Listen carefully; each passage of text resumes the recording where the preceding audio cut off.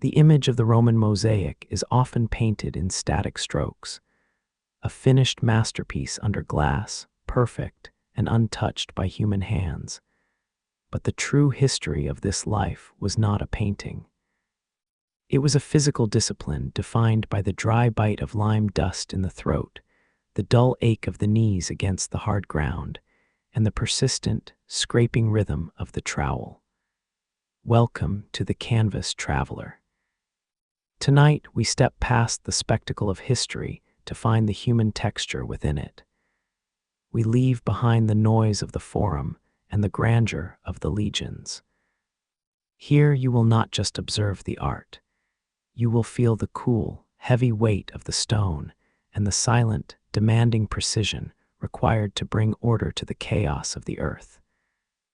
But before the journey continues, a brief pause belongs to the present moment, where simple gestures of support quietly sustain this space and leave small traces of connection across distance and time. These traces linger as attention begins to loosen its hold on the modern world. Screens, clocks, and obligations soften at the edges, their presence slowly fading into the margins of the night. The walls of the present room begin to dissolve, their solidity melting into a soft, gray mist. The familiar hum of the modern world fades, replaced by a deep, resonant stillness.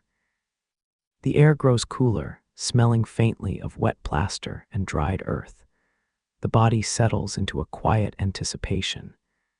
The year is 79 AD, and the story begins in the shadowed silence of an unfinished atrium.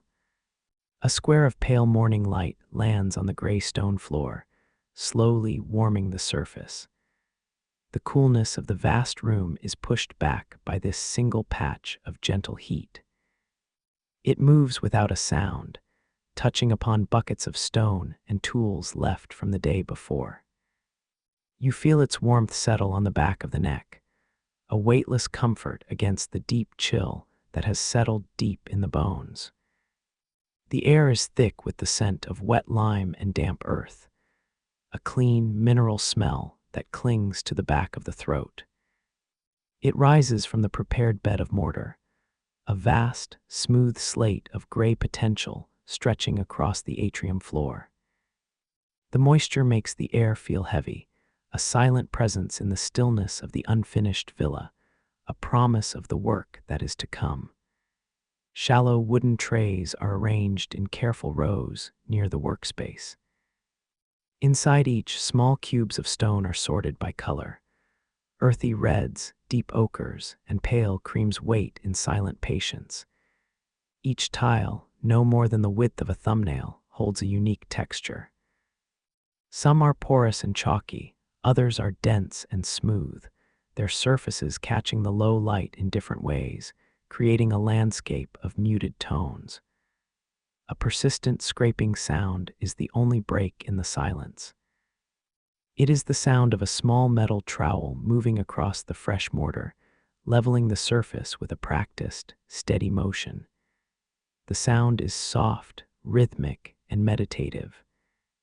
It is not a sound of effort, but of alignment, of bringing a small patch of the world into perfect order before the next stage can begin. A gentle friction of metal on grit. You notice the way the light filters through the open roof of the atrium, catching the fine white dust that hangs in the air. The particles drift and spin in the slanted columns of sun, a slow, silent dance of pulverized stone and dried plaster. Each breath pulls this dust inward, a constant reminder of the material being shaped, a taste of the earth itself, fine and dry on the tongue. The skin on the hands is dry and mapped with fine white lines of dust. The cuticles are packed with grit, and the pads of the fingers are smooth from constant contact with the stone tiles. These are not the hands of a scribe or a merchant. They are tools in their own right, conditioned by the weight and texture of the work, sensitive to the slightest imperfection in a tile's edge or surface. A dull ache resides in the knees and the lower back, a familiar companion to the posture of the work. The body is folded over the floor, held in a position of sustained concentration for hours at a time.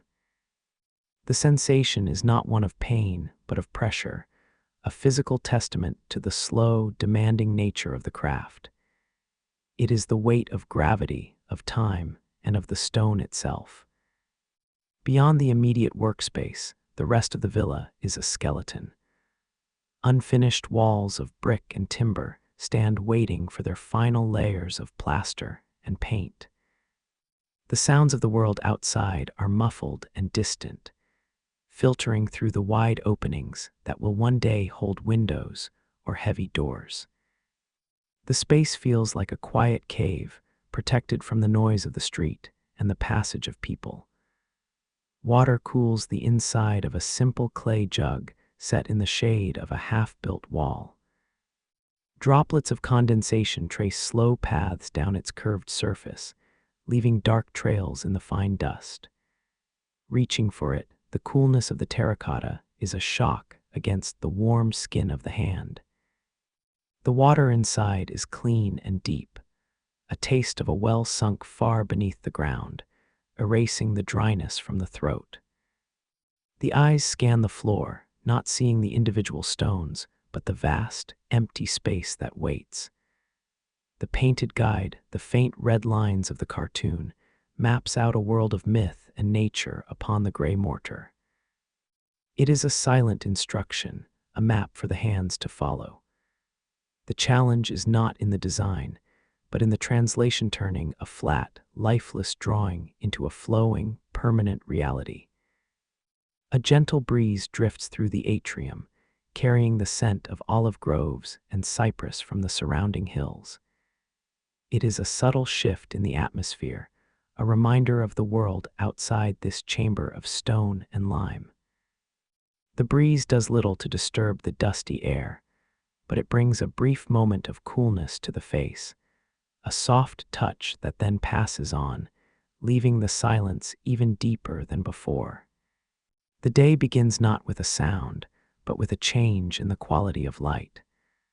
The soft gray of pre-dawn slowly gives way to a thin, pale gold that sharpens the edges of the world. This light dictates the rhythm of the work. It signals the time to mix the day's mortar, a small batch at a time, for the sun is a silent clock that cannot be argued with. A heavy wooden bucket is dragged across the stone floor, its contents of sand and lime sloshing with a thick, gritty sound. Water is added from the clay jug, poured in a slow, steady stream. The act of mixing is a full-body motion, a heavy paddle turned through the resisting slurry. The shoulders and back engage, turning and folding the material until it reaches a smooth, consistent state, like thick porridge. The first task is always the same, preparing a small section of the floor.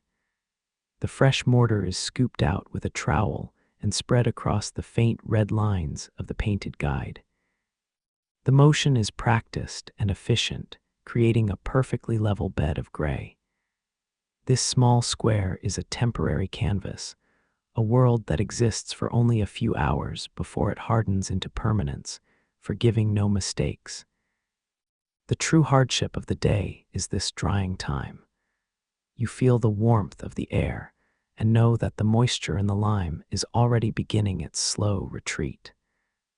A thin, pale skin will soon form on the surface of the mortar, a sign that the window for work is closing.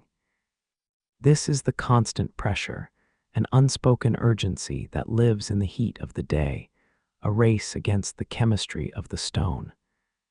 A single piece of dark red stone is selected from a shallow tray.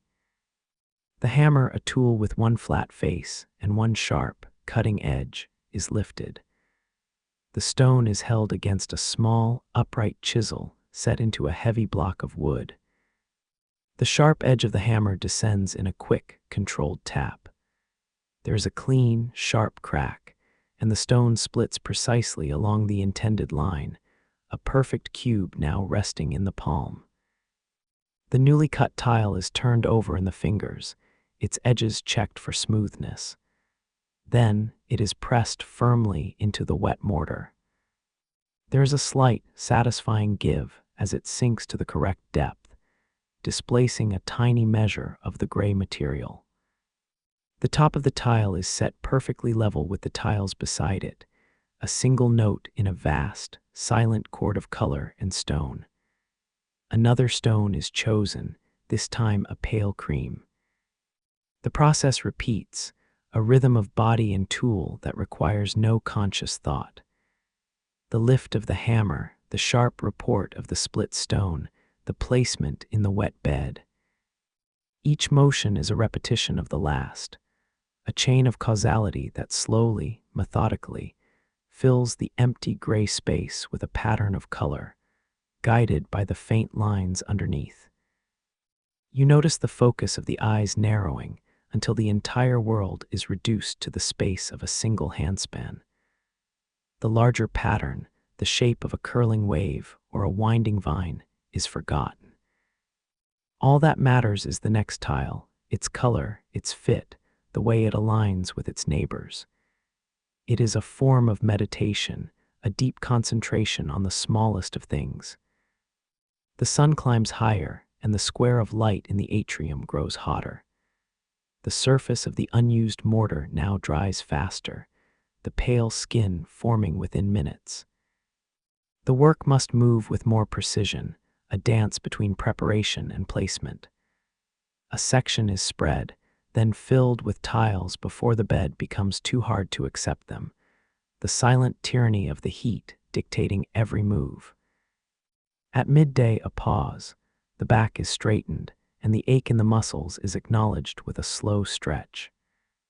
A piece of coarse bread and a handful of olives are eaten in the shade, the eyes tracing the small section of completed work. It is a few hundred stones, a mere fraction of the whole floor, but it is perfect. It is ordered, it is permanent. This is the reward. The afternoon continues the same rhythm. Cut, place, repeat. The mind empties of everything but the task. The sounds of the world outside the villa fade into a dull, distant hum. The only reality is the cool, smooth touch of the stone tiles, the gritty resistance of the mortar, and the steady, patient beat of the hammer striking the stone, again and again, until the light begins to fail. The patron is not present, yet a powerful standard fills the room. It is a silent expectation of perfection, an unspoken law that guides every choice. The wealth that commissioned this floor demands a surface not just of beauty, but of flawless order. A single misplaced tile would be an offense, a disruption in the vast, silent statement of power and taste. The final work must reflect this standard without exception. The true master is the painted guide on the floor. Its faint red lines are an absolute decree, the foundational law of the image. The curve of a vine, the angle of a decorative border, these are not suggestions. They are geometric truths that must be honored.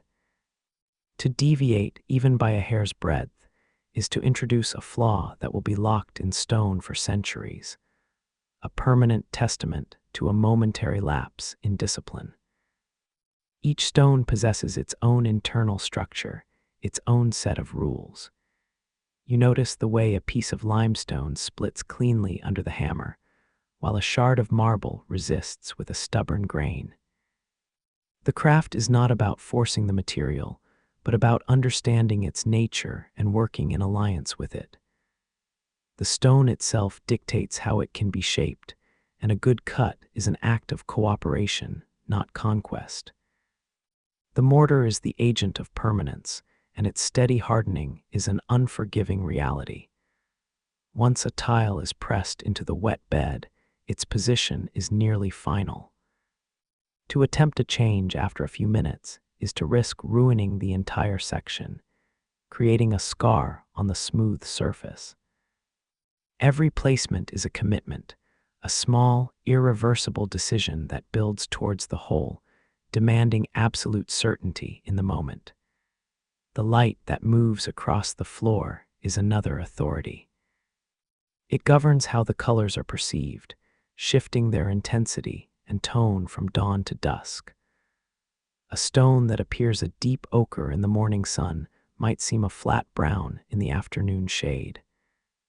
The selection of each tile is therefore a prediction, a careful choice made to satisfy the judgment of the light in all its phases throughout the day.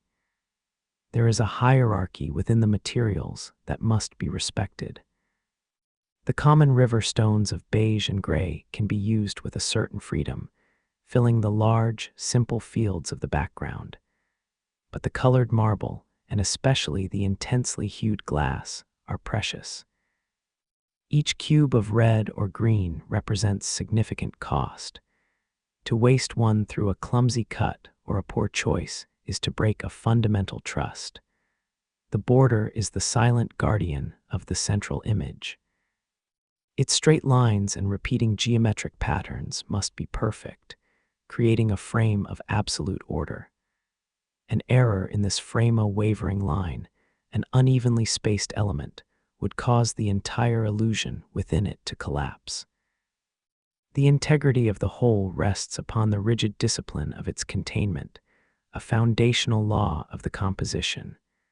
The body itself imposes its own set of rules. The knees must be protected with pads of folded cloth. The back must be held with a certain tension to avoid a deeper ache. Thirst and hunger must be attended to before they cloud the mind or cause the hand to shake. The physical form is the instrument of the work, and its maintenance is a crucial, unspoken part of the daily rhythm. The final authority is the illusion of life that the work is meant to create. The stones must be placed not just to fill a space, but to suggest the curve of a muscle, the ripple of water, the texture of a leaf. You feel this demand from the image itself. It is a silent call for the pieces to transcend their stony nature and combine to form a living, breathing whole, the ultimate test of the craft. This set of silent laws creates a container for the work. There is no need for a spoken command or a watchful eye. The authority is embedded in the materials, in the geometry, in the light, and in the unspoken standard of the craft itself. To work within these rules is not a burden, but a path to freedom, the freedom to create something of lasting order and beauty from the chaos of raw earth. The gentle rhythm of the day is altered by a new presence at the edge of the atrium. There is no announcement, only the quiet arrival of two servants carrying a small, dark wooden box between them. They move with a deliberate care that suggests the contents are of great value. The box is placed on a clean cloth away from the dust of the main workspace, its presence a silent, heavy question in the room. The servants withdraw without a word, leaving the dark box in a patch of shade. It is bound not with rope, but with straps of thick, oiled leather. The wood is dense and foreign, polished smooth by its journey. For a time, the work continues, but the existence of the box changes the atmosphere. It is a focal point, a concentration of purpose that pulls the attention towards it. Finally, the moment comes to approach. The leather straps are unbuckled, their weight falling away with a soft thud. The lid of the box is not nailed shut, but fits with precision. It is lifted, and the air inside, cool and still, is released. Resting on a bed of dark, soft wool are not stones, but tiles of luminous, impossible blue glass, arranged in perfect, tight rows. The color is deeper than any sky, more vibrant than any flower. You feel a shift in the very quality of the light as it enters the box, seeming to be captured and held within each small, sharp-edged cube. This is the color of the deep sea, the color of distant mountains at twilight. It is a material not of the earth, but born of sand and fire and some secret alchemical process. A single tile is lifted from the bed of wool. It is heavier than a stone of the same size, and its coolness is a different kind, a dense, glassy cold that seems to pull the warmth from the fingertips. The edges are sharp, the corners precise. Unlike the porous stone, its surface is flawless and smooth, a perfect, unblemished plane of pure color that reflects the open sky above. This material changes the nature of the commission entirely. The background of vines and geometric borders was a test of discipline, of creating order from common stone. But this blue glass is a demand for artistry. It is meant for the heart of the mosaic, the flowing bodies of the dolphins, the glint in a sea god's eye, the impossible shimmer of light on water. The faint red lines of the painted guide now carry a new weight. Before, they were a map. Now, they are a promise that must be fulfilled with this precious material. The central figures, which had been just empty outlines waiting to be filled, now possess a vibrant destiny. The arrival of the glass is the arrival of the project's soul, the key that unlocks its true potential. The box is closed and moved to a separate, cleaner space, away from the grit and dust of the stone cutting. These tiles will not be shaped with the same casual force as the limestone. Each cut will be a moment of high tension, a single, precise strike to shape the glass without shattering it. To waste even a small piece of this material would be a profound failure. The daily rhythm resumes, but it is now underpinned by a new sense of purpose. The work on the mundane, earthen-toned borders is no longer just a task, it is a preparation. It is the building of a worthy frame for the masterpiece that is to come. Every stone laid is now in service to the blue that waits, patient and silent, in its dark wooden box. This is the true beginning. The season of preparation is over. The patron's full ambition is now clear, communicated not by a scroll or a command, but by the silent, luminous presence of the glass. The challenge has been issued, a call to elevate the craft from mere construction to the creation of a living, breathing image, locked forever in stone and fire. Each morning, the approach to the Villa Atrium is a deliberate passage from one world to another. The sounds of the waking city, the distant rumble of cart wheels on stone, the calls of vendors begin to recede with every step. The entrance is a wide, shadowed opening, and to pass through it is to enter a domain governed by silence, dust, and the slow, geological time of the stone. Before any tool is touched, a ritual of preparation unfolds. A heavy piece of canvas, stiff with dried grout and plaster, is tied around the waist. It is not an act of cleanliness, but of separation, a signal to the body that the time for ordinary movement is over. The apron is a shield, a second skin for the work ahead, its familiar weight a comfort on the hips. Next, the hands are submerged in a wide stone basin filled with cool, clean water. The dust from the previous day is washed away, the fine grit swirling into gray clouds that slowly settle. This is more than cleaning, it is a renewal of sensitivity. You feel the water restore the suppleness to the skin, preparing the fingertips to once again read the subtle textures of stone and the fine edge of a cut tile. The tools are laid out in a precise order on a low wooden bench. The hammer with its dual face, the hardened steel chisel, the collection of trowels with their varying shapes. Each is picked up, weighed in the hand, and placed in its designated spot. They are not inert objects, but extensions of intention, partners in the day's labor. Their arrangement is a silent language, a physical map of the coming workflow. The trays of stone tiles are inspected. The colors are checked in the new morning light, ensuring the subtle shifts in tone are understood before the first placement. A fine mist of water is sometimes sprayed over the more porous stones, deepening their hue and revealing the color they will hold when sealed in the final work. It is a moment of quiet communion with the raw material of the craft. A walk is taken around the perimeter of the prepared mortar bed. The eyes scan the faint red lines of the painted guide, refamiliarizing the mind with the section of the pattern to be tackled that day. It is an act of seeing the whole before focusing on the part, of understanding the destination before the first step of the journey is taken. The path for the day is traced in the mind. The small box containing the blue glass is opened, but only for a moment.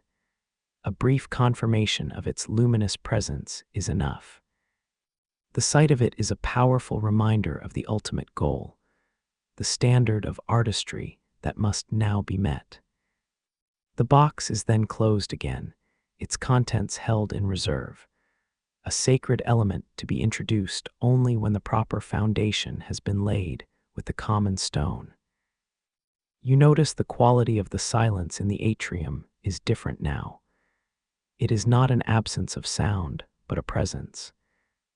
It is heavy with the weight of the stone, the potential of the empty mortar bed, and the concentrated focus of the mind. The outside world has fallen away completely.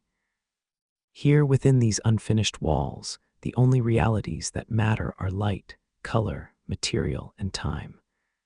The first scoop of mortar is mixed, the dry sand and lime are combined, and the water is added. The sound of the paddle moving through the thickening slurry is the true start of the day. It is the first note in a long, slow symphony of creation. With this sound, the transition is complete. The threshold has been crossed, and the deep, meditative state of work begins to settle over the body.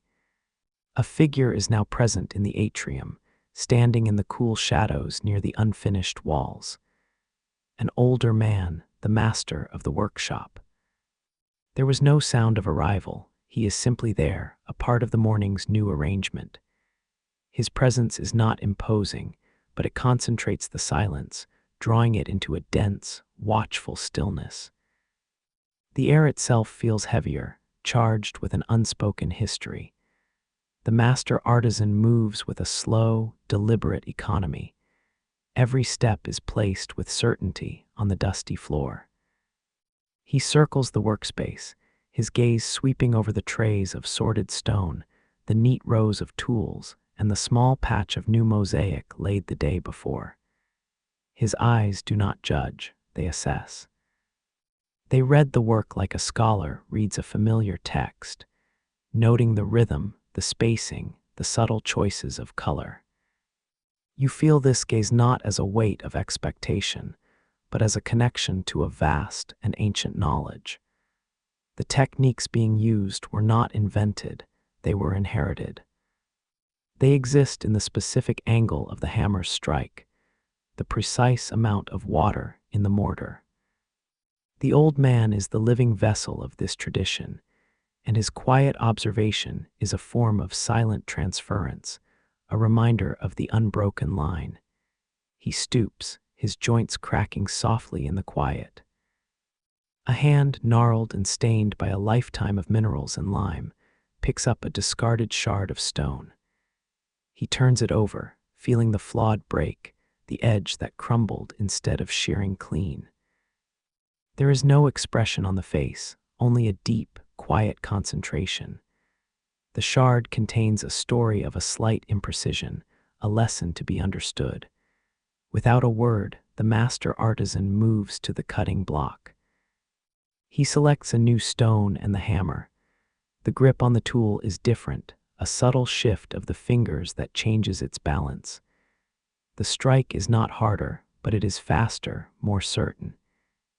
The resulting crack is a single, sharp report, and the stone falls away in two perfectly formed halves, the edges clean and sharp as cut glass. The demonstration is a complete lesson, delivered in the universal language of action. It speaks of a deep listening to the material, of understanding the hidden lines of force within the stone before the hammer ever falls. The perfect cut is laid on the bench, an example to be studied and emulated. A heavy, expectant stillness settles in the space, a silence that invites contemplation of this small act of mastery. The atmosphere in the atrium is now that of a temple. The work is no longer just a craft, it is a discipline. Every motion is now measured against the silent standard of the master's presence. The air is thick with the smells of damp earth and stone, but also with something less tangible, the accumulated knowledge of generations, a deep reverence for the process that turns raw chaos into ordered beauty. He moves to the box of blue glass, lifting the lid. He does not touch the tiles, but simply looks, allowing the deep color to fill his gaze. A slow nod, a barely perceptible sign of approval. This is the sacred heart of the work, and his silent acknowledgement confirms its importance. The history of the craft is not just in the common stone, but in the rare and precious materials that test its highest expression. Now, when a tile is pressed into the mortar, the action feels different. It is no longer a solitary act, but a participation in a long, continuous story. You feel the presence of all the hands that have performed this same motion, on countless floors in other villas, in other cities. The master's silent presence has opened a channel to this history, and the weight of tradition is no longer a burden, but a profound and steadying anchor. The master artisan gestures towards the painted guide on the floor, specifically to a section where a dolphin's tail is meant to curve. The motion is not a command, but an invitation to see differently. The focus is being shifted from the simple act of filling space with color to the more difficult task of creating the illusion of movement, a flow of life captured in static stone. A hand hovers over the trays of gray stone, the fingers brushing lightly across the different shades. It is a lesson in seeing color not as a single flat tone, but as a spectrum of light and shadow. To create a curve that appears three-dimensional, a subtle graduation of color is required. The selection is made with slow deliberation, a dark gray, a medium, a pale off-white, arranged in a small row. The first stone, the darkest gray, is placed on the outermost edge of the dolphin's curving fin. It is not set flat, but angled almost imperceptibly inward. You notice this slight tilt is the beginning of the code. The angle is subtle, a secret communicated between the hand and the mortar, designed to catch the light in a specific way, to create the first hint of a shadow. The next stone, a slightly lighter shade, is set beside the first. It is also angled, but less steeply. The two angled surfaces meet, creating a soft, almost invisible transition. The process is repeated, shade by shade, moving inward toward the center of the fin. Each tile is a carefully calculated note in a chromatic scale, building a gentle slope of color from dark to light. This is the core of the technique, to see the whole image within a single tile. Each small stone is not just a piece of a puzzle.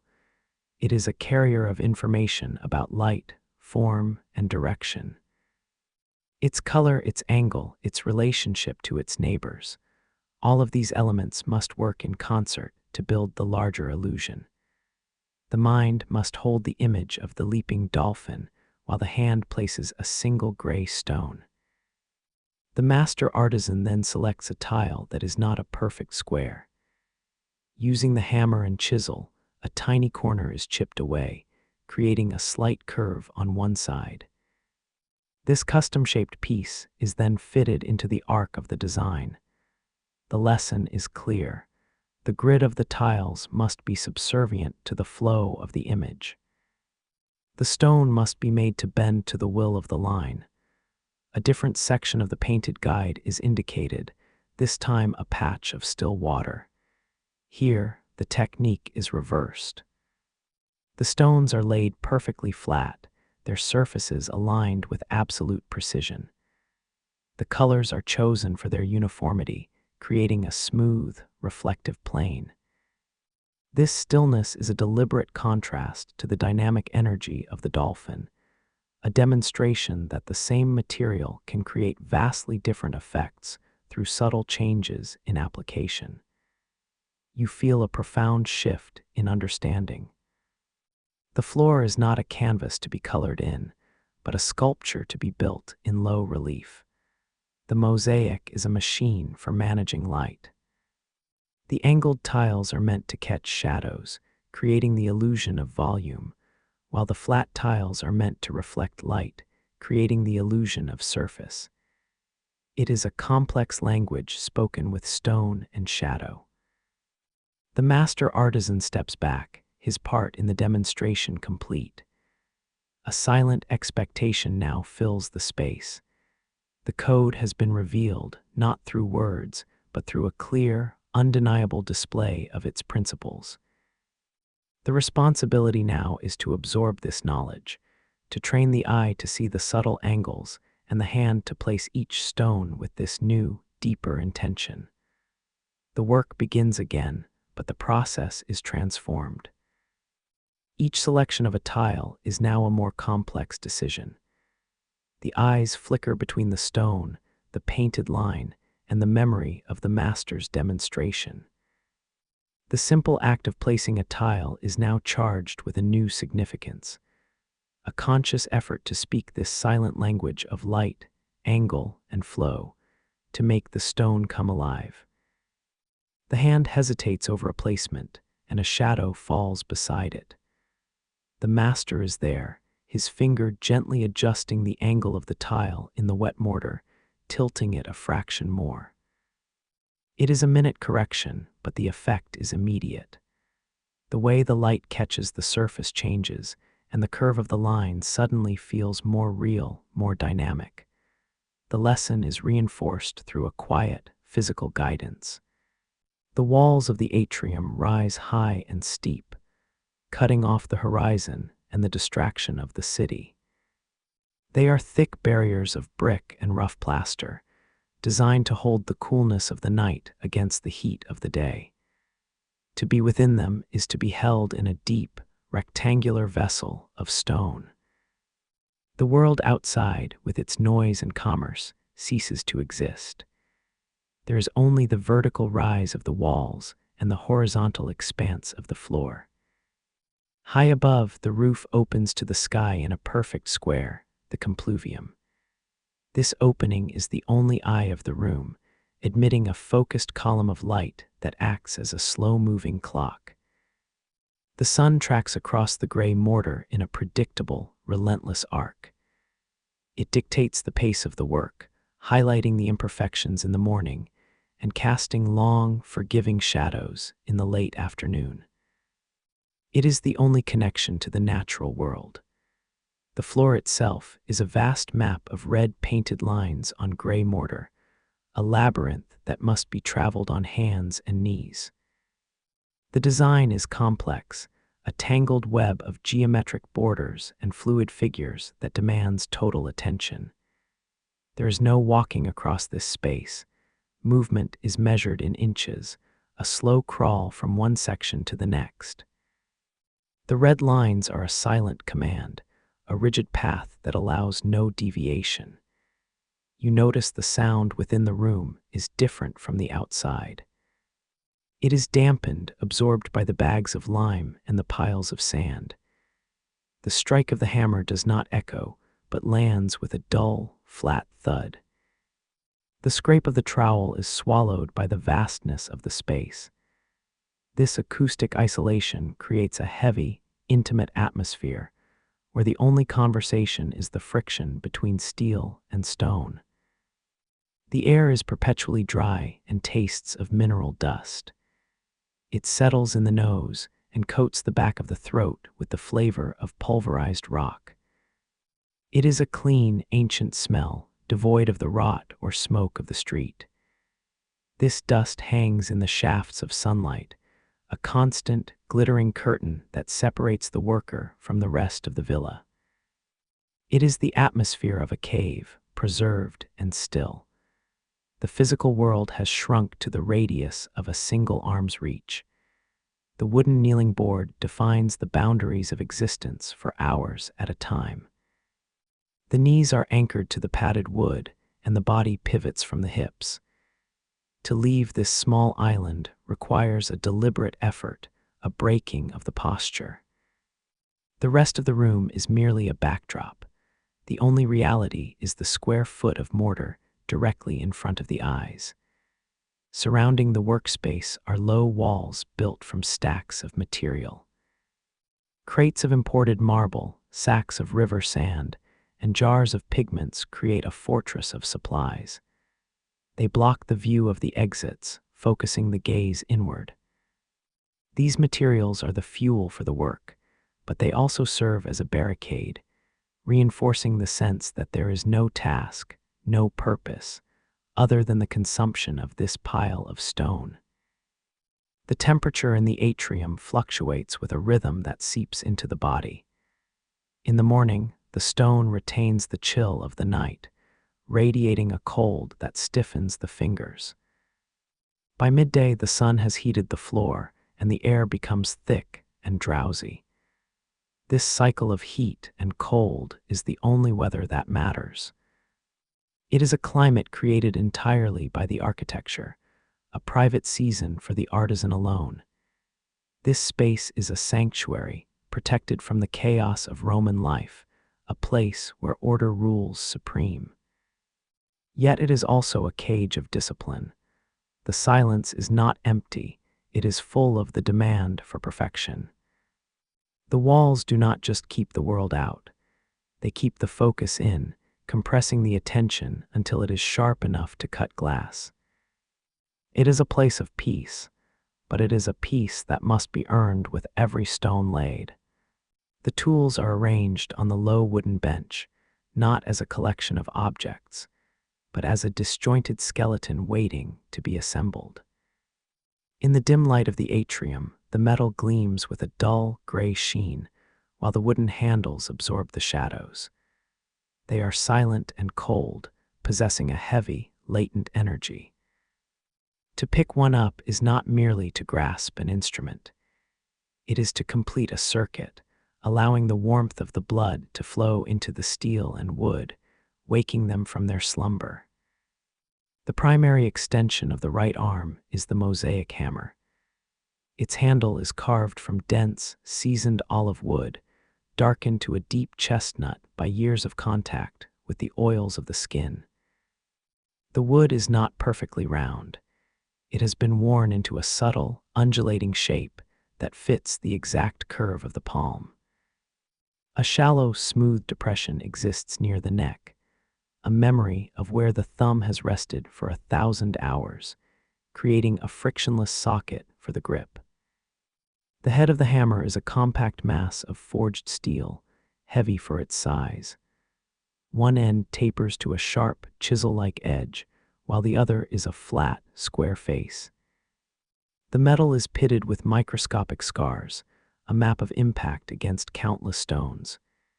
Yet, the cutting edge is maintained with obsessive care, shining with a bright, silver line. The weight is balanced forward, pulling the hand down, urging the strike, possessing a gravity of its own that guides the motion. Its partner is the Hardie, a heavy steel chisel embedded vertically in a sturdy log of oak. The wood of the log is cracked and gray with age, but it stands immovable on the floor, an anchor for the work. The steel upright is the passive jaw, the anvil against which the stone will be broken. It is cold to the touch, a dense, unyielding point in space that does not vibrate, absorbing the force of the blows with a stoic silence. The relationship between the hammer and the Hardie is one of perfect alignment.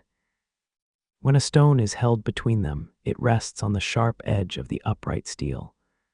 The hammer descends, and for a fraction of a second, the stone is pinched between two forces. You feel the vibration travel up the forearm, a sharp, clean shock that signals a successful fracture. The tool does not crush the material, it directs the force, convincing the stone to part along its own hidden veins.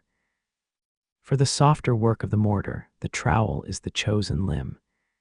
Its blade is thin and flexible, a triangle of spring steel that sings with a high-pitched scrape against the stone floor. The handle is lighter than the hammers, made of pale ash, and sits loosely in the fingers. It allows for rotational movement of the wrist, a sweeping gesture that smooths the wet lime into a flat, receptive bed. The tip of the trowel is worn down to a rounded curve, shaped by the friction of the grit. It is a sensitive probe, capable of detecting the slightest unevenness in the mortar bed. Through the thin metal, the texture of the lime is transmitted directly to the nerves of the hand. A pocket of air or a hidden pebble is felt instantly, a disruption in the smooth drag of the steel that demands correction before the tile can be placed. For the precious blue glass, a pair of bronze pincers is used. These are delicate, resembling the beak of a long-legged bird. The metal is softer than the steel, warmer to the touch. They do not rely on force, but on tension. The spring of the bronze offers a gentle resistance, allowing the glass to be gripped without shattering. They are the fingers of a surgeon, used to place the smallest slivers of color into the tightest corners of the design, manipulating the material with a breath-holding precision. A heavy rectangular stone sits in a wooden trough of water nearby. This is the whetstone, the guardian of the hammer's edge. The sound of maintenance is a rhythmic grinding, steel sliding over wet grit. The water turns gray with metal filings, a slurry of sharpening. This ritual restores the bite to the tool, ensuring that the connection between the intention and the cut remains pure, removing the dullness that comes with the day's labor. The sponge is the final tool, a natural, porous sphere harvested from the sea. When dry, it is stiff and scratchy, a rough skeleton. But when dipped into the bucket, it becomes heavy and soft, a dripping lung of water. It is used to clean the surface of the mosaic, wiping away the excess grout. The texture of the wet sponge dragging across the tiles is a sensation of release, a soothing wash that reveals the true brightness of the colors hidden beneath the dust. Protection is provided by the kneeling pads, thick cushions of felted wool encased in leather. They are strapped to the legs, becoming a part of the lower body's anatomy. The leather is scuffed and stained with lime, stiff in the morning but softening with the body's heat. They absorb the hardness of the stone floor, transforming the punishing ground into a tolerable surface, allowing the work to continue without the distraction of pain. When the work is flowing, the boundary between the flesh and the tool dissolves. The hammer is not held, it is the fist itself, hardened and weighted. The trowel is not gripped, it is the flattened palm, smoothing the earth. The tools cease to be separate objects and become transparent extensions of the will. The mind commands and the steel obeys, a seamless integration of biology and metallurgy. At the end of the day, when the tools are wiped clean and returned to the bench, the separation occurs again. The weight leaves the hand, and the arm feels strangely light, floating without its anchor. The tools return to their cold, silent state, waiting in the shadows. But the memory of their weight remains in the muscles, a phantom sensation of the steel that lingers long into the night, a reminder of the bond between the artisan and the instrument. The rhythm of life has contracted, pulled inward from the expansive cycle of seasons to the single, repeating rotation of the sun through the atrium's open roof. Before, the days were measured by the planting and the harvest, by the long, slow greening and browning of the hills. Now time is measured by the drying of the mortar, a relentless daily race that begins with the first light and ends when the shadows grow too long to see the work. The morning no longer begins with the scent of dew on dry grass, but with the sharp, clean smell of freshly mixed lime. The body rises not to the sound of birds, but to the internal clock of discipline, an unspoken imperative to be at the site before the sun's heat becomes an enemy. The first movements of the day are stiff, the muscles in the back and legs holding the memory of the previous day's posture. Sustenance is simple, stripped to its essential function. The midday meal is no longer a communal affair, but a solitary pause in the shade. It consists of a dense, dark bread, its crust hard enough to scrape the gums, and a small wedge of sharp, salty cheese. The flavors are stark and strong, a jolt to the senses that cuts through the dusty haze of the morning's labor, a fuel for the body's engine. To drink, there is water mixed with a splash of sour wine, stored in a clay amphora that keeps it cool against the stone floor. The taste is earthy and slightly acidic, a welcome shock to a dry palate. It is sipped slowly, not for pleasure, but to ward off the dull headache that comes from dehydration in the dry, still air. Each swallow is a conscious act of maintenance, a preparation for the afternoon's continued concentration.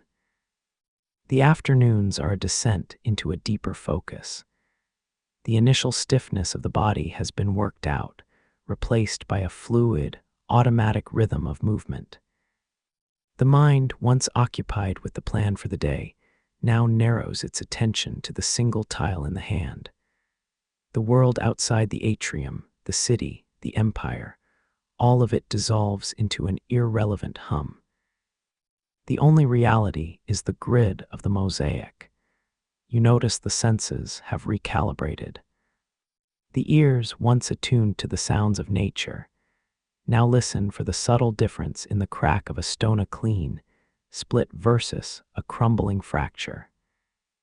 The eyes, once scanning the horizon, now detect the microscopic variations in the color and texture of the tiles. The fingertips, once calloused by farm tools, now read the smoothness of a cut edge with a scribe's sensitivity. Sleep, when it comes, is not a gentle fading. It is a heavy, sudden drop into a dreamless dark, the body exhausted by the sustained, low-level tension of the work. The mind does not wander. It simply shuts down, conserving energy for the next day's repetition. The dreams, if there are any, are of patterns and colors, of endless grids of stone that need to be sorted and placed before the mortar dries. The evening is a quiet, solitary time of maintenance. The tools are cleaned and sharpened, the cutting edge of the hammer restored with the whetstone. The kneeling pads are wiped down, the leather treated with oil to keep it from cracking. These small, repetitive tasks are a form of meditation, a way of resetting the mind and preparing the instruments for the identical work that will be demanded of them tomorrow. This new cycle is a closed loop, a perfect circle of labor and rest, contained entirely within the walls of the villa. It is a life of profound simplicity and monastic focus. The old rhythm, with its unpredictable weather and varied tasks, has been replaced by a controlled, man-made season where the only climate is the steady hardening of the lime, and the only harvest is the slow, incremental victory of order over the raw material of the earth. The time has come to address the blue glass.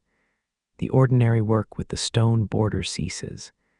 A different set of tools is brought out, smaller and more precise. The large, heavy log used for splitting stone is replaced with a smaller block of polished hardwood, its surface smooth and unscarred. The air in the atrium seems to still itself, holding a breath in anticipation of this new, more delicate phase of the work. The dark wooden box is opened, and the trays of blue tiles are laid out on a clean, white cloth. In the direct light of the atrium's opening, their color ignites. They are not a single blue, but a family of related hues. Some are the deep, saturated blue of twilight, while others hold a hint of green, like the water over a shallow sandbar. Each tile must be sorted and arranged into a subtle gradient of color. A single tile of the darkest blue is selected. It is cold and dense in the hand. To create the sharp curves and fine points of the dolphin's fin, the square shape must be altered. This cannot be done with the brute force used on the limestone. The glass must be scored first, a thin line of weakness incised upon its surface before the pressure is applied. This is a negotiation with the material, not a command. A tool with a diamond-hard point is drawn across the surface of the glass. It makes a faint, high-pitched singing sound, a whisper of abrasion. You feel a slight drag as the point bites into the glassy structure, leaving a nearly invisible scratch, a pale white line against the deep blue. This line is a promise of a clean break, a path for the fracture to follow. It is a moment of irreversible commitment. With the score line made, the tile is placed in a small, hinged press.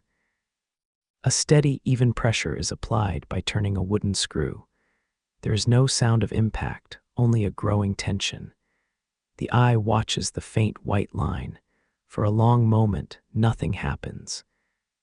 Then with a soft, clean snap, a sound no louder than a breaking twig, the glass gives way.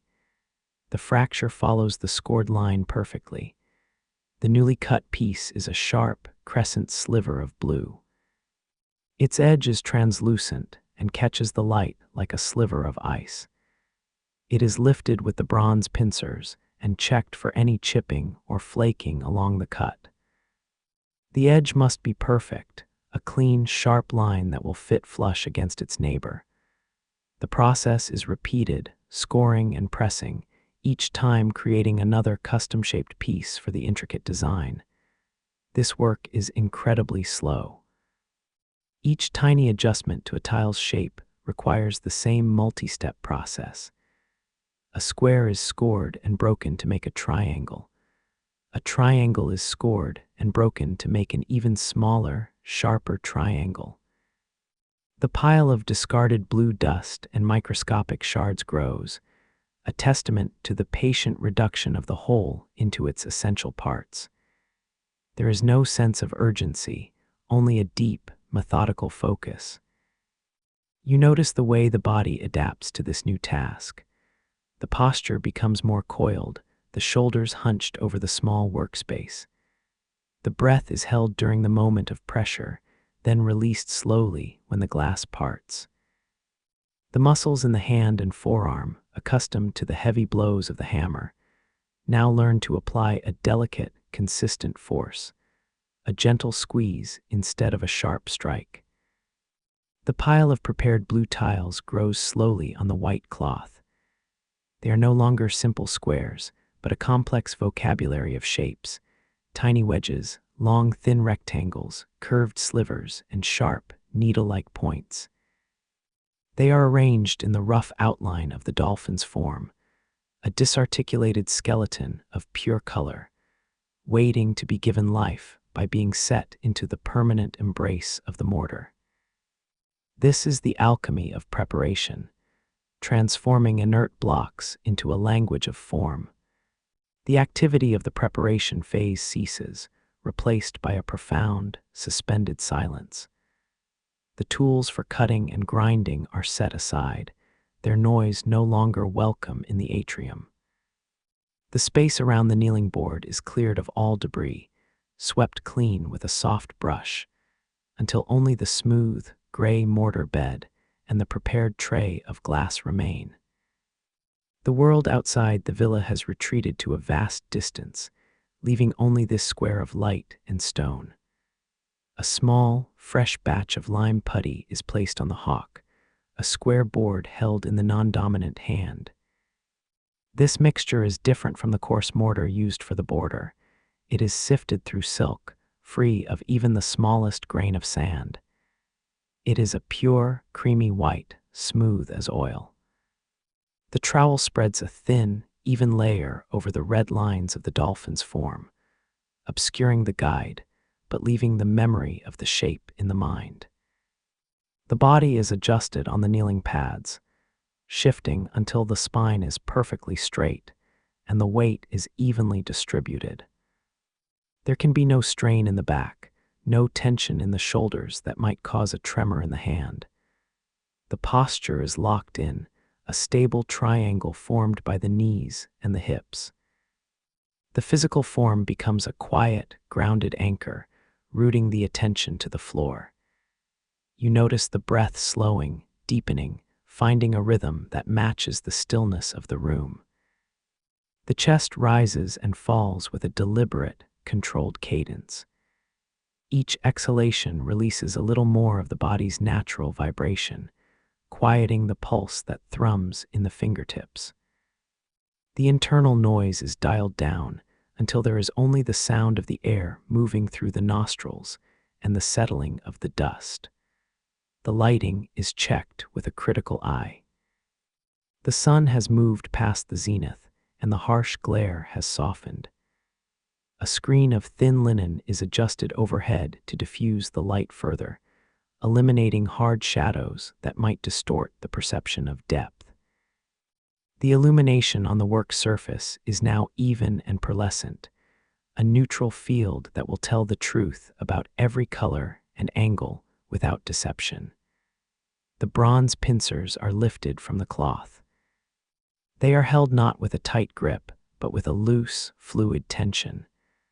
The metal feels cool against the skin, quickly warming to match the body's temperature.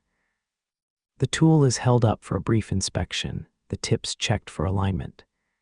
They meet with microscopic precision, a perfect extension of the index finger and thumb, ready to transfer the will of the artisan into the glass. The eyes scan the tray of blue glass shards one last time. The mental map is superimposed over the physical collection. Each piece the sharp triangle, the curved crescent. The tiny square is assigned its place in the invisible mosaic that hovers above the wet mortar. The sequence of placement is rehearsed in the mind, a silent choreography of motion that must be executed without hesitation once the work begins. The hand hovers over the white mortar bed, testing the height, calibrating the distance. It moves in a slow, phantom pass, tracing the curve of the dorsal fin in the air. This dry run allows the muscles to learn the arc, to memorize the flow of the line before the first piece of glass commits the design to reality. The movement is fluid, a rehearsal of the permanence to come. A final check of the surroundings is made. The water in the sponge bowl is clean. The cloth for wiping the tools is within reach. There are no distractions, no loose elements that could break the concentration. The environment has been optimized for flow. The sanctuary is sealed. The only thing that exists is the white patch of lime and the blue glass waiting to consume it. The breath is held for a heartbeat, a moment of total suspension. The universe shrinks down to the tip of the bronze pincers and the blank white canvas of the mortar. The past of the preparation and the future of the finished work dissolve. There is only this single, eternal second of potential. The calibration is complete. The mind is clear, the hand is steady, and the silence is absolute. The bronze pincers descend. They close gently on the first piece of glass, a sharp sliver of the darkest blue. The metal tips grip the shard with just enough pressure to hold it secure, the mind calculating the exact tension required to avoid a fracture. The movement from the cloth tray to the mortar bed is a single, unbroken arc, a slow and deliberate journey through the still air. The world beyond this arc has ceased to exist. The tip of the glass touches the wet, white lime.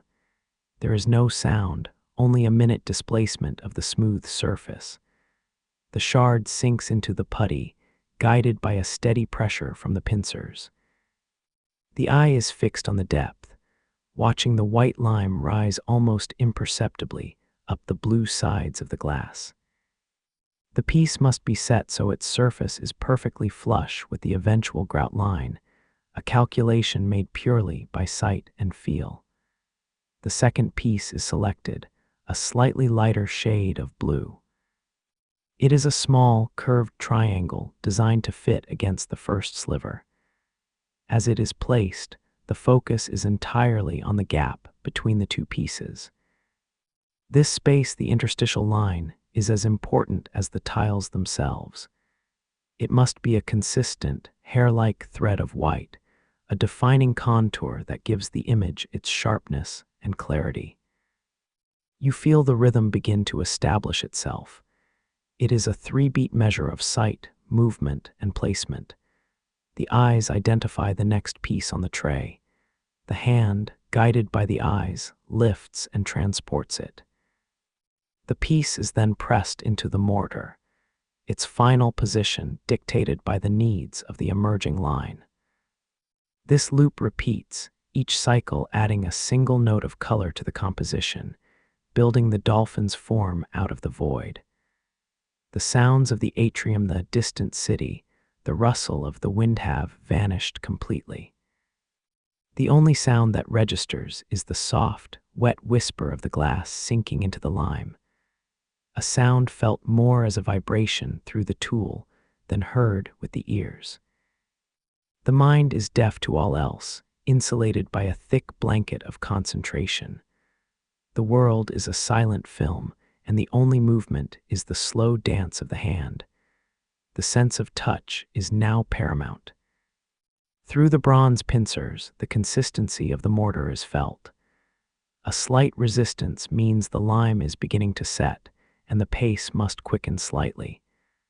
A soft, yielding give means the bed is perfect. The tool is no longer an object, but a nerve ending, transmitting a constant stream of tactile information that guides the fine adjustments of pressure and angle. Time itself seems to warp, losing its linear progression. The sun's slow march across the floor goes unnoticed. There is no past and no future, only a continuous, unfolding present moment occupied entirely by the task.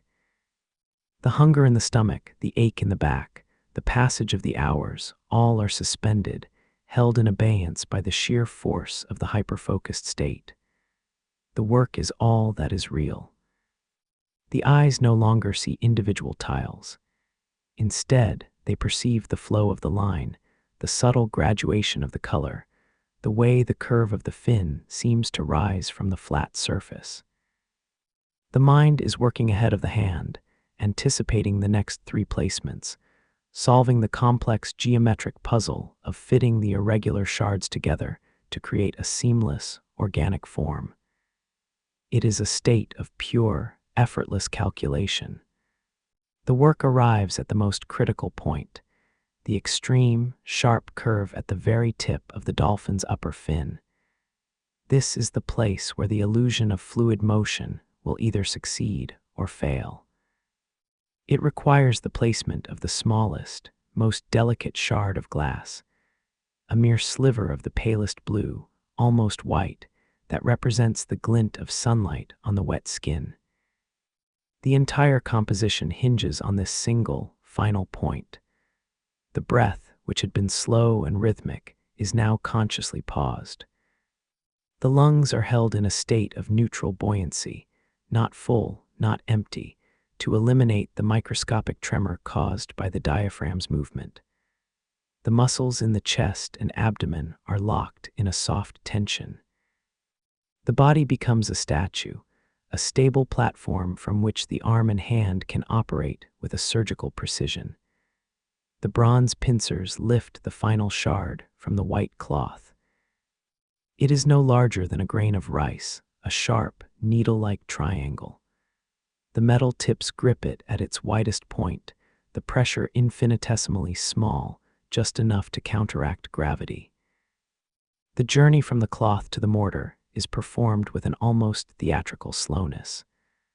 The hand moves as if through thick honey, every muscle fiber engaged in preventing any sudden acceleration or jolt. As the shard approaches the mortar, the eyes are no longer focused on the piece itself, but on the tiny, empty space it is destined to fill. The mind calculates the angle of entry. It cannot be pressed straight down. That would risk pushing the adjacent tiles out of alignment in the soft lime. It must be slid in from the side, a lateral insertion that will lock it into place without disturbing the delicate balance of the whole.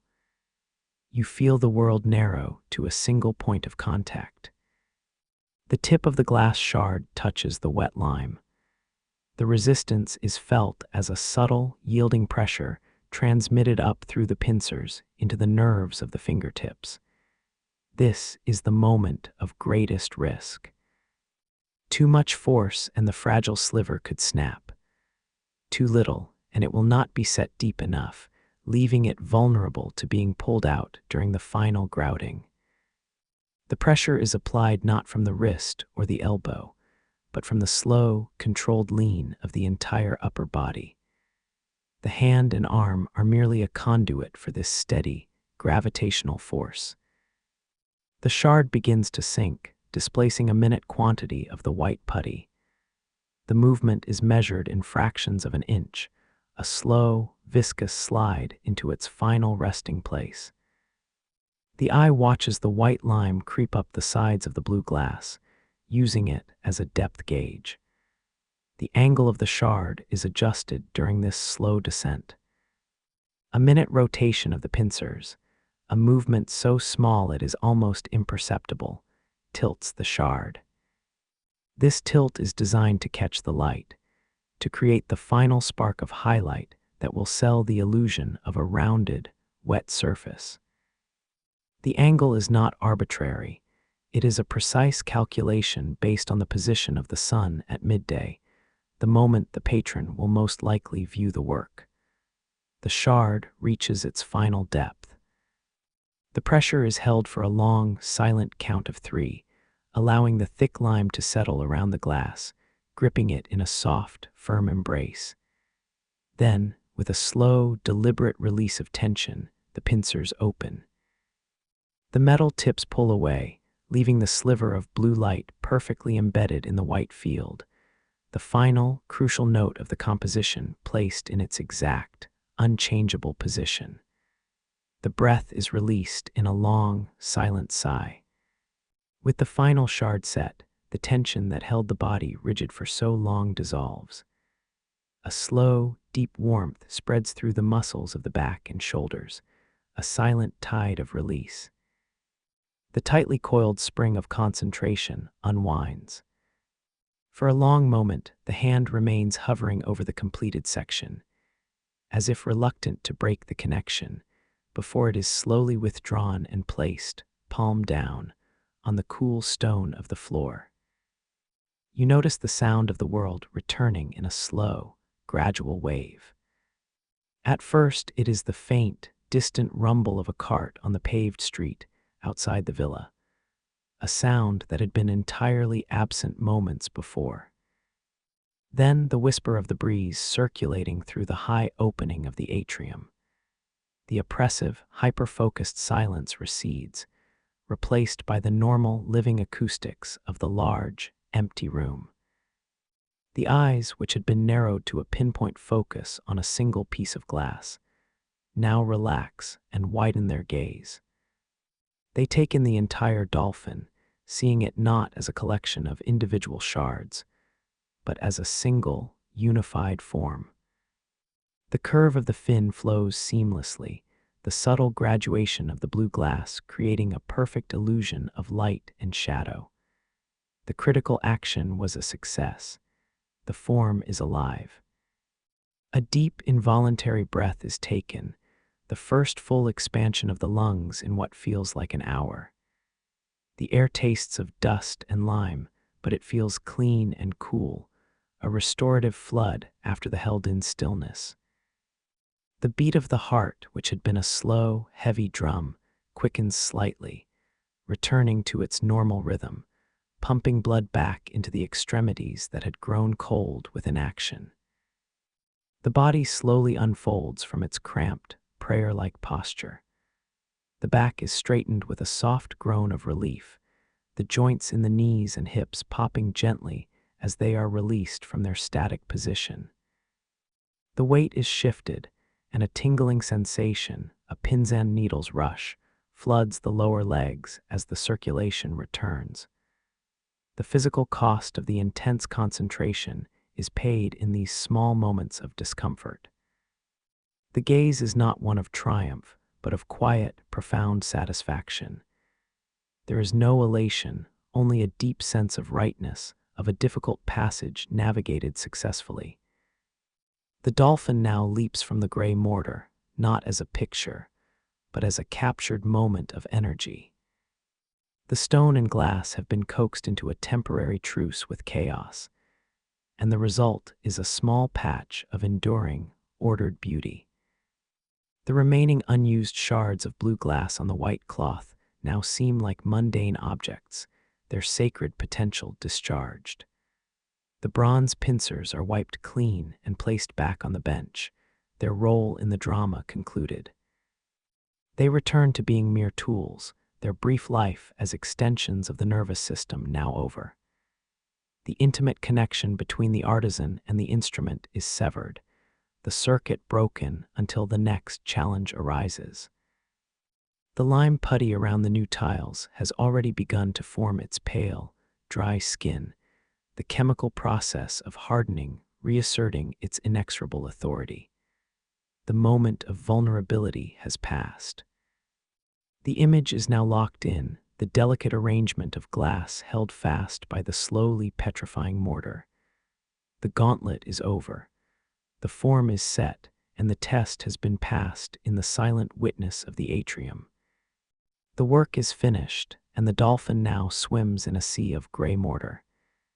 It is a frozen arc of energy, a creature of light and stone captured in mid-leap. The curve of the back is a smooth, unbroken line, defined by the careful graduation of the blue tiles. From a distance, the individual shards disappear, merging into a single, cohesive form that seems to possess weight and muscle, suspended forever above the floor. The blue glass, now set firmly in the drying lime, has transformed.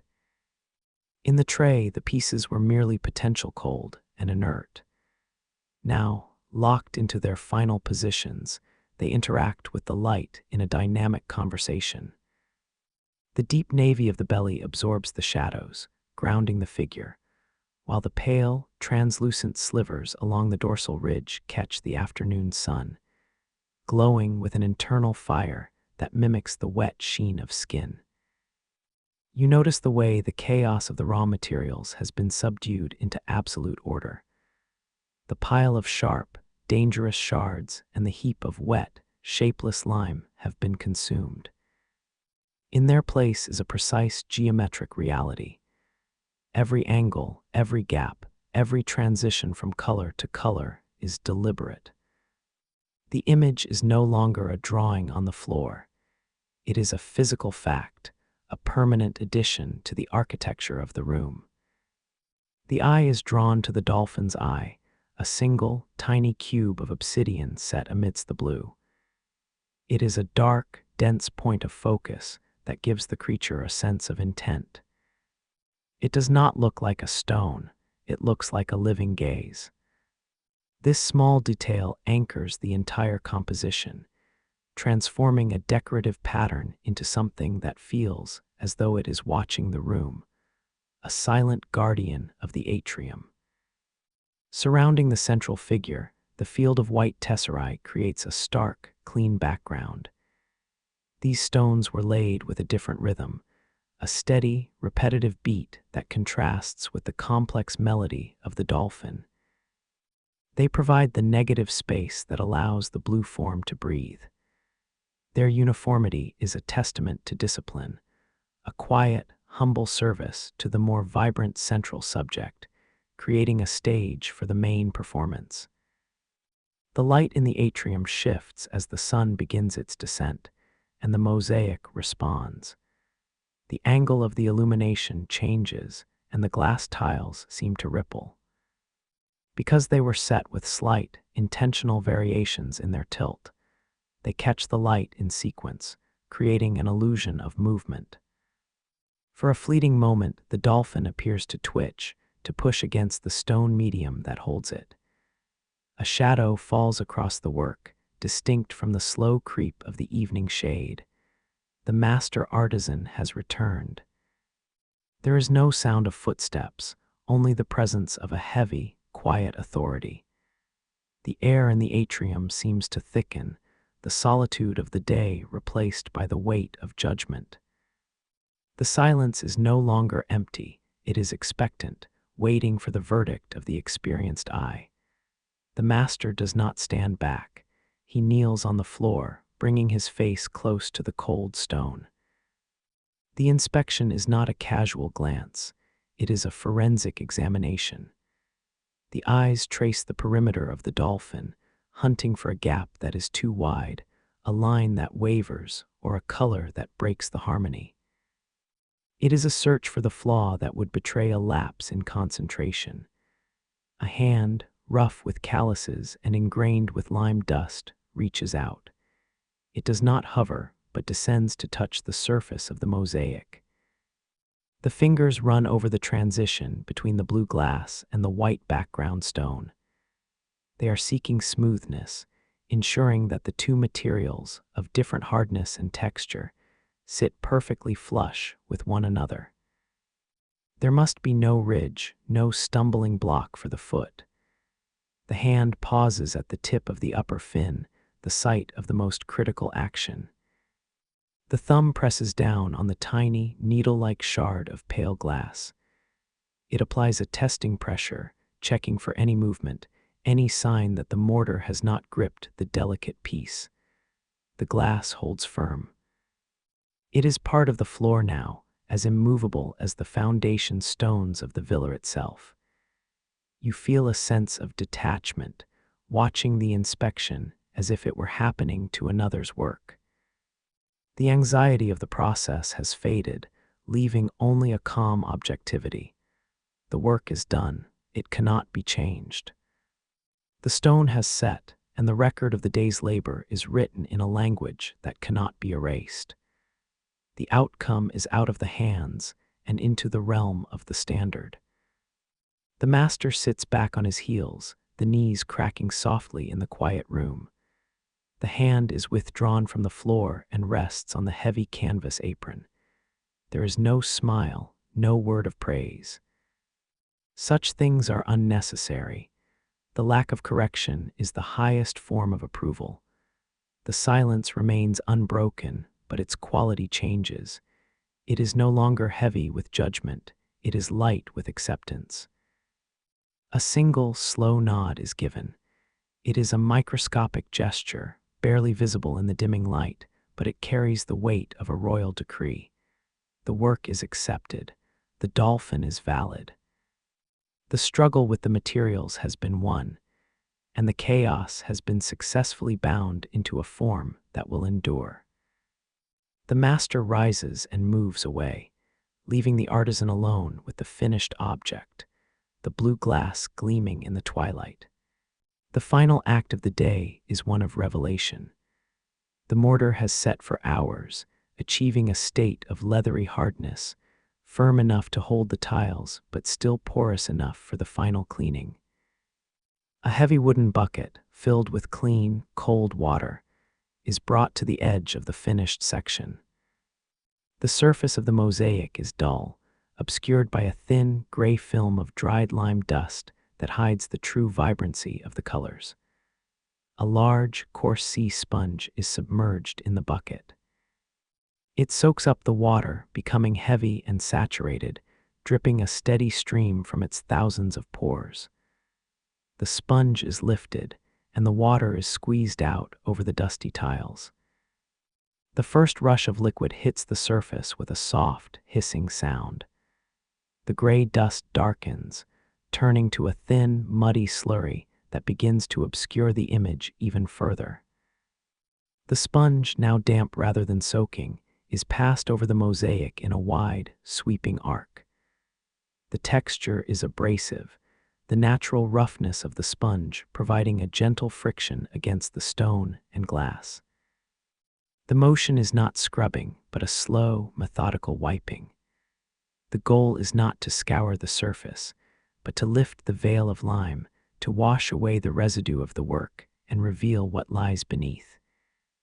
With the first pass, a ghost of the image begins to appear through the gray water.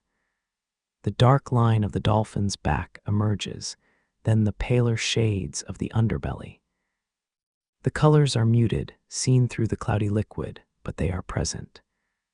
The water pools in the slight depressions of the interstitial lines, turning the white grout a dark, temporary gray, sharpening the definition of each individual tile. You feel a profound sense of release with each sweep of the sponge. The dust being washed away is not just the physical residue of the lime, it is the accumulated tension of the day's labor. The grit, the focus, the fear of error, all of it is being lifted and dissolved into the gray water, carried away from the finished work. It is a purification, a cleansing of both the object and the spirit.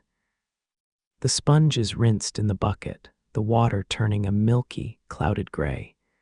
Fresh, clean water is applied, and the process is repeated. This second wash removes more of the film. The colors begin to sharpen, the deep blue of the glass now asserting its true, luminous nature. The white stone of the background, once a dull gray, now brightens to a clean, stark ivory, creating a powerful contrast with the central figure. Now, a soft linen cloth is used to dry the surface. As the last of the moisture is wicked away, the final transformation occurs. The colors ignite. The blue glass, free of its dusty veil, captures the last rays of the evening light and glitters as if lit from within. The subtle variations in the angle of the tiles create 1,000 tiny points of reflection. The dolphin shimmers, alive and wet, on the dry stone floor. The inspection reveals details that were invisible before. The tiny cube of obsidian that forms the eye now has a sharp, liquid gleam. The subtle color shifts in the stones of the background, once lost in the dust, now create a gentle, cloud-like texture. The interstitial lines, now clean and white, form a perfect, unbroken net that contains and defines the energy of the leaping form. The hand, now clean, is placed flat against the finished mosaic. The surface is cool and smooth, a single, unified plane. There is no roughness, no tile sitting proud of its neighbors. The transition from stone to glass is seamless under the fingertips. It feels ancient and permanent, as if this small patch of the floor has been here for 1,000 years, a solid fact in a changing world. The body, exhausted but serene, can finally rest. The tools are cleaned and put away, their work complete. The kneeling pads are unstrapped, and the heavy apron is removed. The weight of the day's discipline is shed like a heavy cloak. There is nothing left to do but to sit in the growing twilight of the atrium and observe the finished work, the silent, enduring reward for the hours of focused, silent labor. The satisfaction is not a loud, celebratory feeling. It is a deep, quiet resonance, a feeling of harmony between the intention and the result. It is the peace that comes from having brought a small piece of the world into a state of perfect, enduring order. The dolphin gleaming in the last light is a testament to this, a silent promise that the chaos can, for a time, be held at bay. The world outside the villa walls is built on a foundation of unyielding realities. Hardship is not an event. It is a condition, like the heat of the sun or the hardness of the stone. It is met not with complaint or rebellion, but with a philosophy of practical endurance. This belief is visible in the very construction of the city. The massive aqueducts that march across the landscape, the paved roads that connect the empire, all are monuments to a relentless, pragmatic persistence. This philosophy is not documented in books of learning, but is embedded in the daily habits of the people. It is in the way a merchant meticulously records his inventory, the way a soldier maintains his armor, the way a farmer mends a broken wall with the same stones that fell from it. The response to difficulty is not despair, but a methodical, repetitive application of effort. Problems are solved not by inspiration, but by attrition. In the craft of the mosaic, this endurance is the primary virtue. The vastness of the floor, the sheer number of tiles required, is a challenge that can seem insurmountable.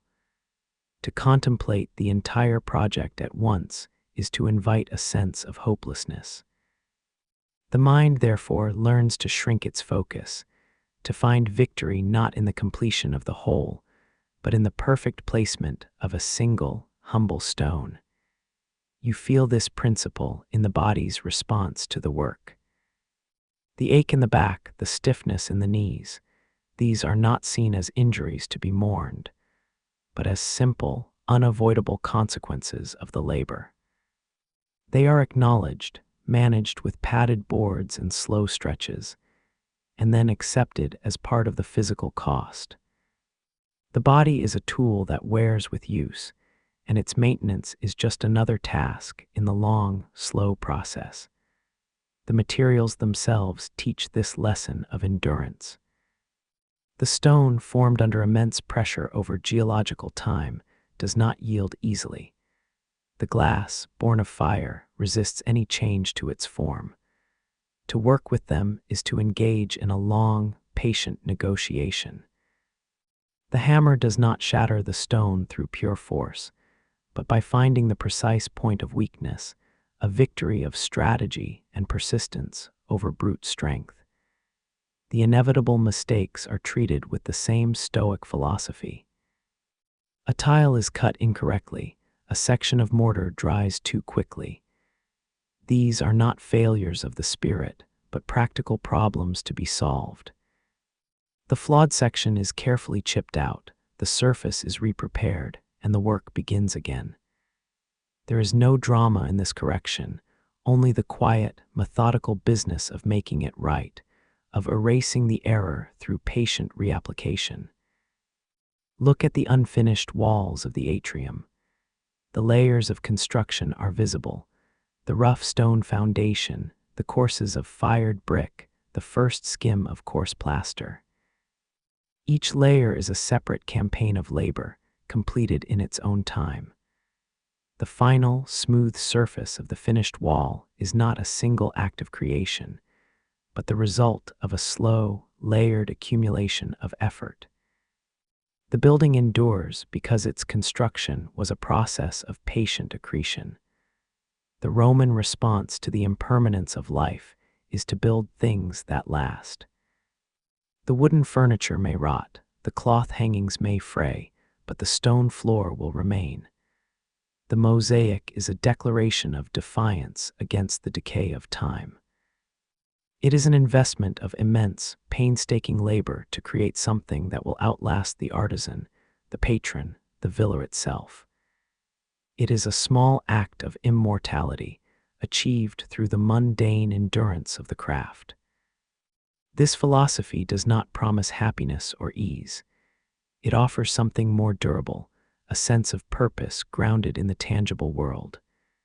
The reward is not a feeling, but a fact, the solid, unyielding reality of the finished work.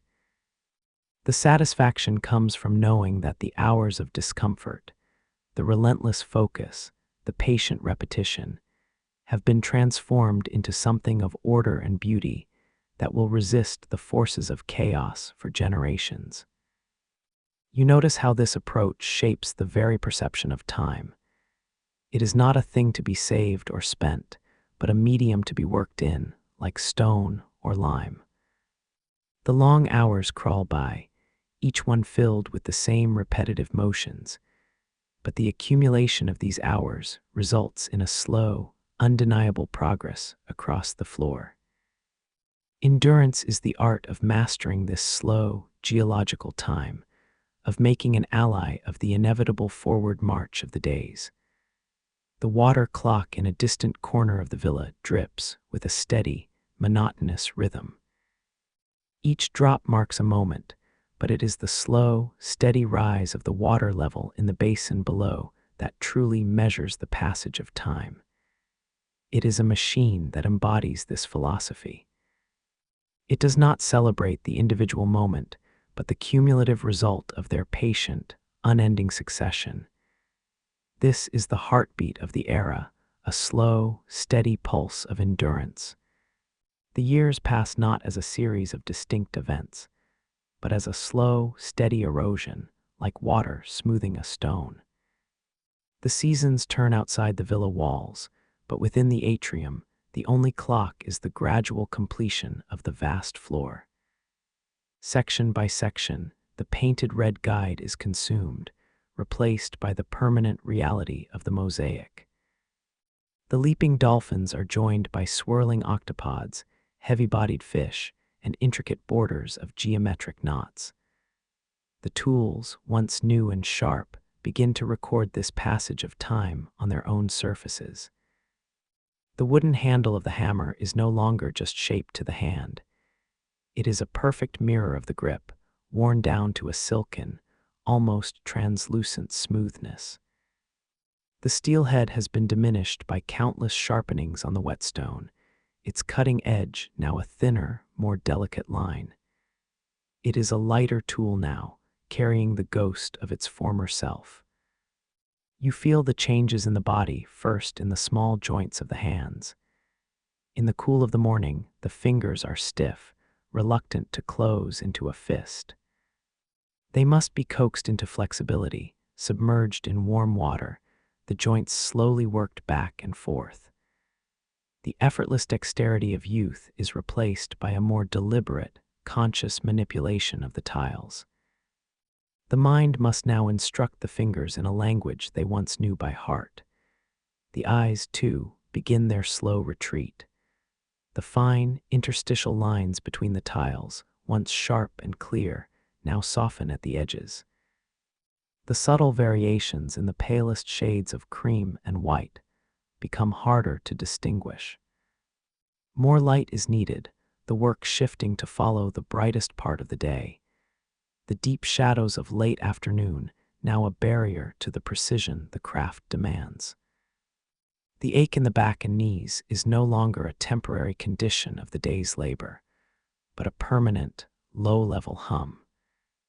It is a constant companion, a physical archive of the tens of thousands of hours spent kneeling on the hard stone. The body, which was once an instrument of tireless work, now sets its own limits, demanding more frequent pauses, a slower, more considered pace. The spirit is willing, but the vessel is worn. The work itself changes in response. The designs chosen become simpler, the curves less sharp, the details less microscopic. The focus shifts from intricate, high-tension figures to the steady, meditative laying of the background fields. There is a quiet beauty in this later work, a sense of peace and acceptance in the simple, repetitive patterns, a long, slow exhalation after a lifetime of holding the breath. One day, the hammer feels too heavy. The effort required to lift it for a clean strike sends a sharp protest through the wrist and elbow. The strike, when it lands, lacks its former authority. The stone does not split cleanly, but crumbles slightly at the edge. It is a small failure, but it is a signal. The perfect, seamless connection between the intention and the result has been interrupted by the friction of time. The tools are not discarded, but they are cleaned with a final, reverent care. The hammer is oiled, the trowel is scraped clean of its last fleck of mortar, the bronze pincers are wrapped in a soft cloth. They are placed in a wooden box, their long service concluded. The act is not one of sadness, but of quiet finality, like closing a door on a room that will not be entered again. The hands, now free from the daily demands of stone and lime, slowly lose their conditioning. The thick calluses on the palms soften, the ingrained dust in the cuticles fades. They become the hands of an old man, mapped not with the lines of grit, but with the raised, blue veins of age. They are still strong, but it is a different kind of strength, one that holds memory rather than a hammer. The artisan now walks through the finished atrium, not on kneeling pads, but on sandaled feet. The cool, smooth surface of the mosaic is a vast, unbroken testament. The gaze is not that of a creator inspecting his work, but of a visitor admiring an ancient thing. The intimate, microscopic knowledge of each tile has faded, replaced by a quiet appreciation for the whole, the vast, silent sea of stone that consumed a lifetime. There is no sense of loss, only completion. The floor is finished. The body is tired, the tools are worn, the cycle has reached its natural, peaceful end. The fading is not a failure, but a slow, graceful retirement from the field of labor. It is the quiet settling of the dust after the last blow of the hammer has fallen. A long day's work finally, and completely, done. An immense geological slowness descends. The sun that once crossed the atrium floor now measures the rise and fall of empires. The villa, once a beacon of order, slowly succumbs to the patient pressure of the natural world. Roof timbers groan and give way. Plaster cracks and falls, returning to dust. The carefully constructed walls crumble, surrendering to the quiet, persistent force of climbing vines and intrusive roots. The floor, however, endures. Buried under a slow accumulation of soil, collapsed roofing, and the debris of forgotten centuries, it rests in a cool, silent darkness. The world of seasons, of light and shadow, is forgotten. In the deep, unmoving earth, the mosaic is held in a state of perfect preservation. The damp soil protects the colors from the bleaching sun, and the weight of the world above holds every tile firmly in its place. Time loses all meaning. The passing of 1,000 years is no different from the passing of a single night. In the absolute stillness, the dolphin continues its silent leap. The obsidian eye, buried deep in the earth, stares into an endless, lightless void. The energy of its creation, the tension of the held breath, the pressure on the final shard, is still locked within the glass, a permanent record of a fleeting, focused moment. Then, a change, a new, gentle pressure from above. The careful scrape of a trowel, far softer than the one that spread the lime. The soil is peeled back in thin, delicate layers by unknown hands. A whisper of air, the first in millennia, touches the surface of the mosaic. The darkness recedes, and a strange, diffuse light filters down, awakening the colors from their long, subterranean slumber. The dolphin is revealed once more, not to the harsh, direct sun of its creation, but to the soft, reverent light of a new age. A section of the floor, cleared of its earthen blanket, becomes an island of ancient order in a sea of archaeological chaos. The lines are still perfect. The colors, though dulled by a thin film of earth, are still true. The object has outlasted its maker and the world that made it. You feel a strange resonance across the immense gulf of time. The hands that now touch the surface are not the hands of a creator, but of a conservator. They use soft brushes and delicate tools to clean the ancient grime from the interstitial lines. The act is one of reverence, a recognition of the immense, patient labor that is frozen in the stone and glass. The echo of the original focus is still palpable. The section of the floor is carefully, painstakingly lifted from its foundation. It is encased in a protective frame, a modern shell for its ancient heart. It travels through a world of unimaginable strangeness, a world of loud, fast machines and towering glass structures.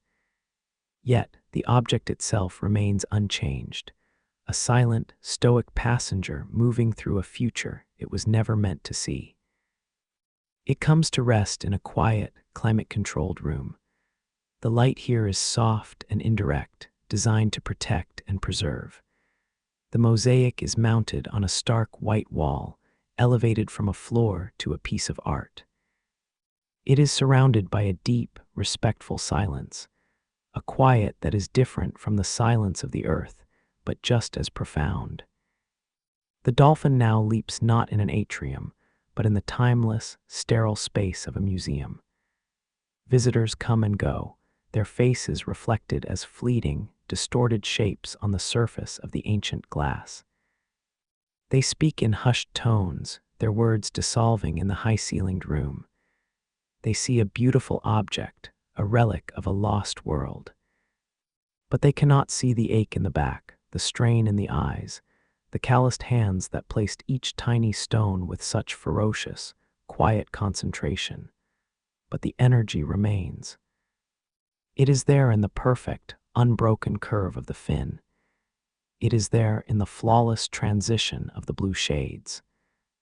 It is there in the tiny, glinting shard of glass that forms the highlight, placed with a held breath on a long-forgotten afternoon. The object is a vessel, a silent container for the enduring, anonymous act of human creation, a quiet echo in the vast, indifferent silence of time. The room is empty now. The lights are dimmed. The mosaic rests in the cool, artificial twilight, safe from the decay of the outside world. The dolphin is finally and completely at peace. Its long journey from the earth, through the fire, across the centuries, is over. It is eternal, perfect, and silent, its leap sustained forever by the quiet force of the artisan's will, a silent testament to the endurance of a well-made thing. The noise of the era fades. The struggle with the material, the weight of the hammer, and the quiet endurance all dissolve into the slow stream of time. The name of the artisan is lost, forgotten like the painted guide washed away from the floor. But the foundation remains. The stone still holds the pattern. The glass still holds the light. The silence returns, heavier and deeper than before. The images of the ancient past slowly recede. The gleaming stone of the atrium floor and the blue flash of the dolphin's fin dissolve, folding back into the quiet shadows of the room. The scent of wet lime and the coolness of the stone fade from the senses. There is no more journey to be taken tonight, only a gentle and peaceful rest. All that remains is the stillness of the present moment. There is only the simple awareness of the quiet dark and the steady, rhythmic rise and fall of the breath. The body is heavy, calm, and at ease. The story is finished, the night is safe, and the silence that follows is complete, deep, and restorative.